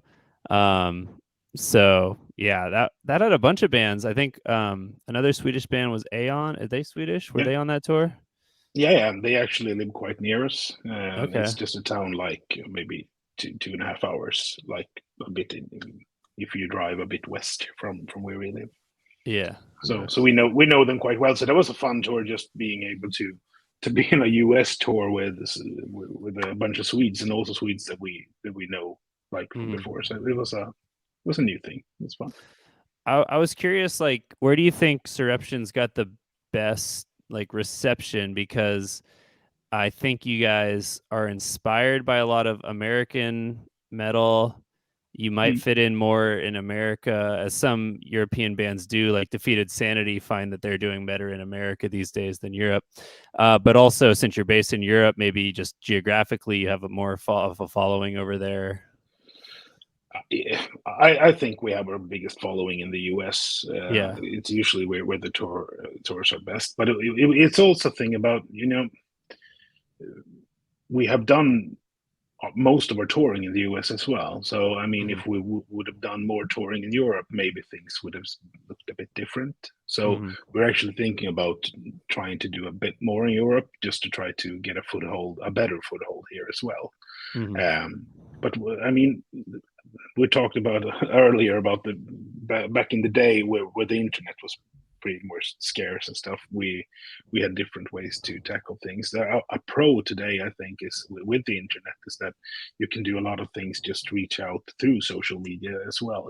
Put out videos and that kind of stuff, and build some kind of hype or a following, even if you're not touring all the time. And I think that's a good thing. So the touring has really helped us in the US, but I think our music is starting to get more noticed in Europe as well, because of social media, but also, weirdly enough, because we have toured in the US. Things tend to be like that in Europe. If you get some traction in the US, it spills over to Europe as well in one way or another. For sure. And then you guys did a run with Atheist, like these guys talked about. Is there any other tours that we haven't mentioned yet? I'm trying to think if you guys came over another time. The biggest tour we have done is with Cannibal Corpse and Cattle Decapitation. We did that back to back to the Devastation of the Nation tour. Oh, okay, nice. Yeah, so that was a fun thing. And what's big for us, I mean, who wouldn't want to go tour with Cannibal Corpse and Cattle Decapitation? I mean, yeah. You guys did a summer slaughter, correct? Well, yeah, kind of. We did for a few weeks. Okay. Because our members didn't get. It was just me and Tony. That's the one you had Justin McKinney play guitar, right? Yeah. So we didn't have a bass player at that point either. So it was just messy, and when we realized that the members that we had at home wasn't going to get the visa in a timely manner, we had to cut it short, because at that point we were bleeding money, because of course we needed to, things cost a lot of money when you're going touring in the US, right? And since they didn't come, we decided to cut it short and cut our losses there. Gotcha. Can you talk about, like, because I know that I've done a couple summer slaughters touring and stuff, but for you personally, doing that kind of a festival tour, was that like, how was that? Because I know everyone that I've ever talked to that's ever done one or been on one, that's like one of the toughest, like, kind of schedules to be on, correct? I didn't think it was any tougher than any other tour. I feel like a pussy now. or it's me who is just like, touring is so hard. No, I didn't feel like the schedule didn't do anything for me in that way. I mean, we just, someone drove us and we were at a place. Oh, someone drove you. Oh God, someone drove you. Okay, come on. Yeah. So maybe that we don't try to drive ourselves. Maybe because you can't drive. Can you drive? And I can drive. I can drive. Yeah. Okay. I've driven in the US. Okay. Yeah, I can do it. I have driven once in the US, and that was when me and Tony were going from the Origin Christian Aeon tour with the Devastation of the Nation. And we were going to the Cannibal tour. We needed to drive from, I think it was Detroit down to Tampa, if I remember correctly. So we did that drive, and that's when I've driven in the US. But I mean, we could probably drive ourselves, but I think it would be messy because there's a lot of rules and stuff that we really don't we don't know. Yeah. So So yeah, do you it's guys a bit drive irresponsible as well. on the same side as us? That's Yeah, I don't know. yeah, Okay. we do at So least that. you're So on the it's left easy. side in your car too. Okay. Yeah. So I mean, Yeah. talk about like the differences in driving in Sweden versus like going down an American highway. Like, are there actually big differences? And Speed I mean, limit obviously, and like shit. the kilometers versus miles per hour. I mean, I know that when I go into other countries, but like, are there other rules that you're like kind of wary of when you're driving in another country like America? That's the thing. I wouldn't really know Mhm. because when I Yeah, drive in the US, I kind of interpret it in the same way as I do in Sweden. And yeah, that's the weird thing. I remember somewhere when I came to a crossing and all the fucking lights were blinking, and I was like, "What does this mean?" So I was trying to figure out where the fuck am I going, you know? yeah, yeah. So it's more like that. You're more worried about these things that might happen. Like I don't know what to do here, but Yeah. uh, the easiest way to do it when you're not really sure. I mean, we are not we are not speeding or anything. We're just see to it that we follow all the rules we know we need to follow, and not try to make like a mess of it. So it's I mean it's basically okay, I think. Yeah. But it is the small things, the small differences where you just don't know what it means. Why is all the lights blinking? I don't know what Yeah. blinking means. Yeah. That means the fucking electricity sucks in that area and you got to turn it into Yeah, a it stop might sign. just be That's that. what it means. Yeah. Are there like speeders and stuff? Like when you're driving in Sweden, is it like is there people speeding and stuff? And is there like people that kind of like all like keeping a kind of neutral speed limit around each other, or how is it driving around Sweden? No, I mean most people probably do, but of course there are speeders. We have like these Mm. cameras that can pick up, and the police can also stand and just try to see if people are speeding. So I think it's the same as every country. Yeah. Yeah. It's a bit Definitely. different with the roads, though. I mean, in the US, you have these big roads, of course. It's a bigger country. You need, and you're car driven as well. We aren't as car driven here in Sweden. There's a lot more like trains and that kind of connections. So Transportation. the roads, basically, I mean, if we go on a highway, it's usually like two. You can drive two cars in one direction, two cars in the other one, like beside each other. In the US, I mean, there's like 8 or 4. I mean, it's just big. So, Yeah. yeah. Yep. So And you're it's still in it's like traffic on the 6-lane freeway. You're still all yeah, jammed up because nobody yeah. knows how to fucking drive, dude. Well, I complain that a lot about that as well here in our hometown. Nobody can use their blinkers to show where they're going. Mhm. Yeah. So that's my pet peeve Well, for that's yeah, it's a universal thing. Humans just don't Yeah. fucking know how to use their blinkers. No matter where No, you at no. in the planet, they just don't know. We have one way They don't of care. communication when we're driving a car, and we don't use it. It's kind of weird. Yeah. It's like we're telling you where we're going. We're just not gonna tell you though, because Yeah. it'd make it easier, and I don't want to make it easier. It's like, yeah. Yeah. No, it's really tough. Especially, do you guys have tolls out in like Sweden and stuff, like the road tolls, like out in like you see like it's like New Jersey, New York, something like that? I just had to pay a bunch of those. Yeah, Mhm. Let's expensive. say back in the day we didn't. Sweden is slowly becoming more and more like a bit more like the US. The more capitalistic side of things, I think. Yeah. So the amount of tolls has gone up. Usually with like we have on certain bridges, there can be a bridge toll. Yeah. And we also the only tolls I think that's kind of smart in a way is that in big cities like Stockholm and stuff, they have tolls inside the city. It's basically a thing where you're taxed because you're driving in middle of the city. It's like for the fumes from the car and all that kind of stuff. It's an Mhm. environmental thing as well, but it's still a toll. Interesting. Yeah, For yeah. whatever reason it is. Yeah. Yeah. I mean, it's like going into airports here, right? In SFO, if you're public transportation, you have to be running on a certain fuel, or you have to have a certain thing that you pay monthly to go into the airport. So it's just the same thing for a city, and actually that kind of makes sense in a way, you know. Same thing with like bridges. Like, of course, there's a bridge toll. You drive over it, you're contributing to like wear and tear of a bridge that needs to be maintained yearly so it's sturdy enough to take all these cars that need to go across it. Makes sense, It right? just sucks that like where they do that and then they're like, well, it's gonna go up $2.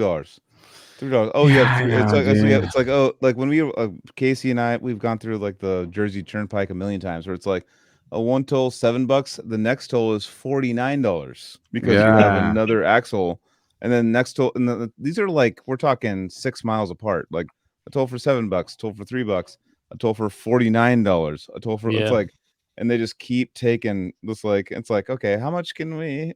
It's like it started off as like let's fix the roads and stuff, and now it's like kind of like I'm like we can get more and more and more and more. It's like come on, calm down. The tolls. Most of the roads in Sweden, though, they are tax funded. I mean, the toll, and to be fair, the tolls, if we compare it to the US at least, and other countries as well, are kind of cheap. I mean, to go over the bridge I just talked about, it's like 90 cents if I'm gonna translate quickly. And like the tolls I talked about in Stockholm, it might be $2, you know. So it's cheaper, just so to get a perspective of it. But still, it's still a toll, you know. Right. Well, go ahead. I just had to pay. It was like $50 in the mailed tolls, so not the ones you pay in person. This is from touring the East Coast. For touring people, it must be terrible now because they just come in the mail now. But then they everyone that they mailed the toll to got mailed to U-Haul because they used the U-Haul trailer. Oh, no. And then U-Haul charges $1 admin fee for every toll, which ended up being 19 total. So I had to pay an extra $20, not to the toll roads, but to U-Haul for processing what the tolls. Fuck, dude? So, what does that matter? Like, why would they need to be like, oh, you drove through a toll? I'm like, doing it because why can't my front license plate just you take a picture of that and send it to me? But no, they took the back license plate off the U-Haul. All laws and everything are all laws come from people that blow it. So there's people that like fuck them over a bunch when they just want to have a insurance thing to like for all the people that don't pay their tolls and stuff. That it's like $1 each is gonna go towards the fund to pay the tolls that aren't paid. So. It's just we thought, we were like, gas is so much cheaper out there, it'll be cheaper. But then with tolls, it ends up being about the same as the ridiculous gas prices here. So either way, you just kind of. But we, I'm gonna say, just we did okay on this run, so we didn't die on it. I mean, it was a lot cheaper than renting a van. So yeah. Tolls are rough. All right. So we start the back to Fredrik again. So I wanted to ask about Soreption. So at some point, Anton left, and you're in that rare position of being a band who doesn't have like a stable guitarist, and that's not very common. Most bands, the guitarist is the guy who stays, and a vocalist or drummer is much more likely to leave. But in your case, you're the drummer and vocalist are the OG members. So the stability, To be fair, just our bass player now, Rickard, he's also an OG member. It's just that he left for a few years and then he came back. I saw that. Yeah, for sure. Okay. But I guess just my question is like, how have you made it work? You've just been able to. Do you find guitarists who are also writers who can write in the Soreption style? Is that how the last couple records were done? Yeah, I mean, of course, we need a. When we search for a guitarist, we need a really, really good guitarist. Our music is usually hard in ways that people not always realize. I've talked to a lot of musicians out on the road and stuff when they've like tried our music. I mean, they can be really, really fast shredders and stuff, but when they try to play our music, it's a lot of a stamina thing as well.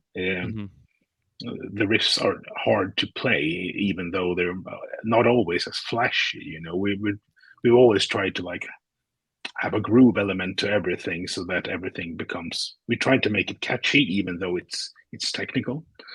So we need a high level guitar player, and the first part is that to see if they can play the music. The other part is to see if they fit into our writing process. And of course, the riffs the guitar players write and stuff, I mean, they bring a lot to the table to how the music sounds and stuff. But the reason why Soreption still sounds kind of similar as it's always done, I think it's two things. I mean, one part is that I'm still doing the vocals, so I've always tried to do a certain thing over the music. I have a certain vision of when to let the guitars through and all that kind of stuff with the rhythms and stuff. But the biggest reason, I think, it's Tony, our drummer, because he is basically like the center of all the compositions.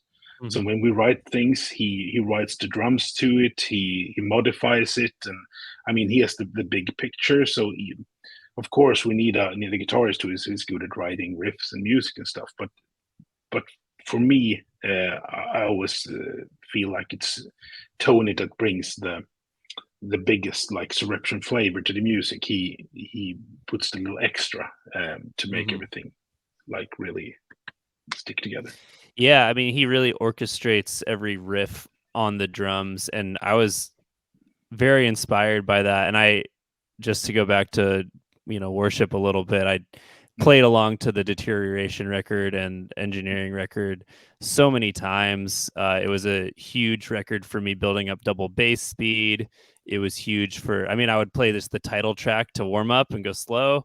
And then by the time Vivenom and Title come on, hopefully you're ready to play the 220 or 230 or whatever it is. There were a lot of great songs on that record for practicing different speeds. But there was always that level of interesting cymbal work and fills and everything. So I definitely, when you talk about Tony being the center of the band, that resonates with me. And, I hate to say I haven't caught Soreption and live in a bunch of years, but everyone who has gone has always said how fucking sick Tony is live. And I'm sure I felt that way at the Devastation show. That was so many years ago, but I really wish I could catch you guys again sometime and appreciate it again, on top of the monster vocals, of course. So yeah, but I mean, Tony, he is a beast. And just as a callback to the early stages, it was kind of interesting when I started like really realizing what the band was and stuff. And as a vocalist, I realized how the level of my fellow musicians in the band that was extremely high. And it took a while for me as well to like, well, what do I bring to the table here? Yeah. Like, what I'm supposed to do. And the thought process for me with all this, like these high level musicians and high level riffs and drums and bass lines, and I've always tried to enhance like the catchiness, the grooves of the songs, and also find the right places to enhance their performance, like the right time to shut up. Like this is where this like lick is supposed to be heard, not me. Just that's why I try to do it so rhythmically, like let's say correct to the music, because a lot of times vocalists have a tendency just to plaster the vocals over everything.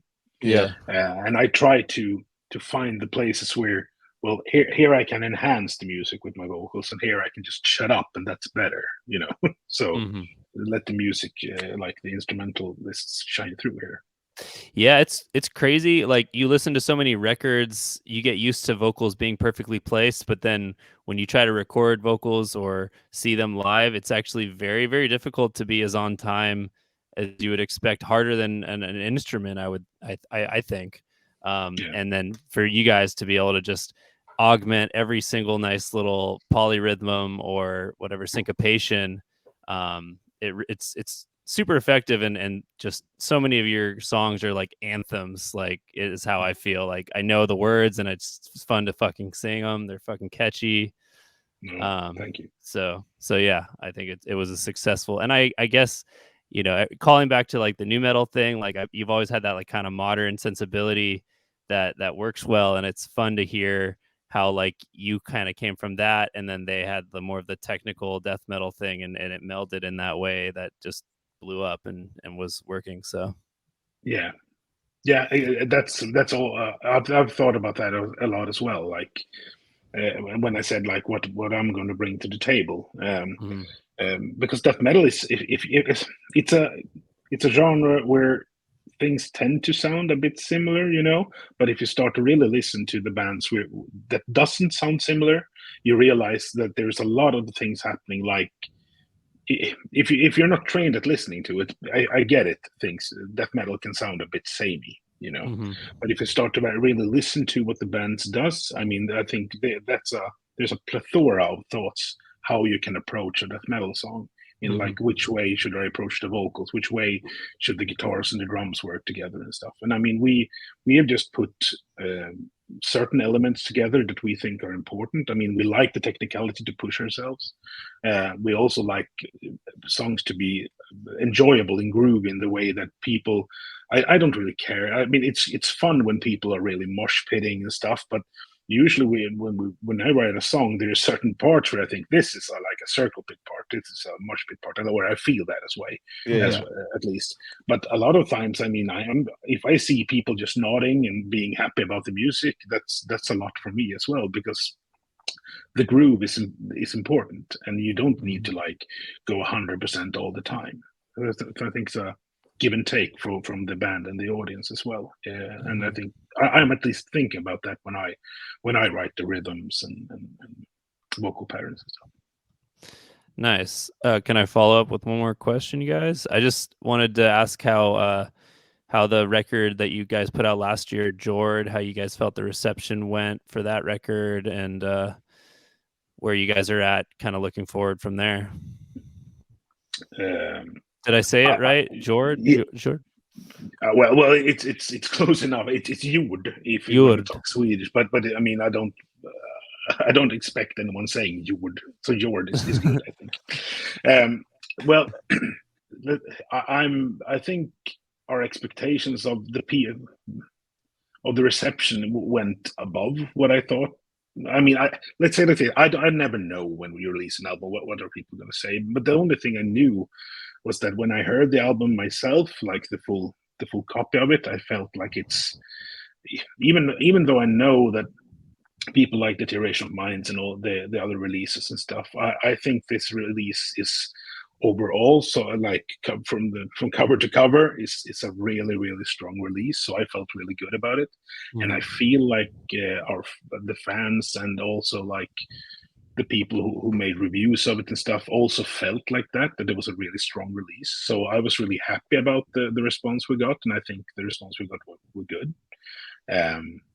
Then of course, every time you release something, you would like it to, I mean, to get even bigger. I mean, that's the point. You want more people to hear it and stuff. So that's the only thing. We were still trying to put out things and get people to listen to us and at least have an idea. Do we like this or not? If you like it, then please listen. You know. So, but I'm really happy about both the album and how everything went down. Cool. Yeah. I mean, it's been a minute since I put it on. I must have listened to the whole thing when it came out, but I'm definitely going to go listen to it again. And I remember it just sounded really good. And then it comes on shuffle. Like a lot of, the times I hear stuff like newer stuff these days is from shuffling other stuff. Like if I put on the new Zenith Passage single, then probably Soreption will be like 2 or 3 songs later. But it's just been so sick to see Soreption be like a quite consistent band. It seems like every 4 years there's a new record. So yeah. And so are you guys working on new music already, or? Yeah, we have started writing. I mean, let's take the latest album, Jord. I mean, I think that album was basically done 2 years before we recorded it.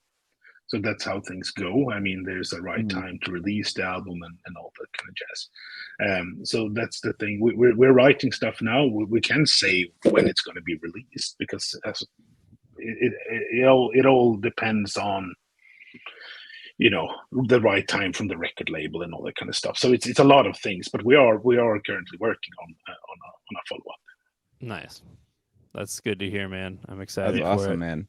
Like, we can't wait to hear it, man.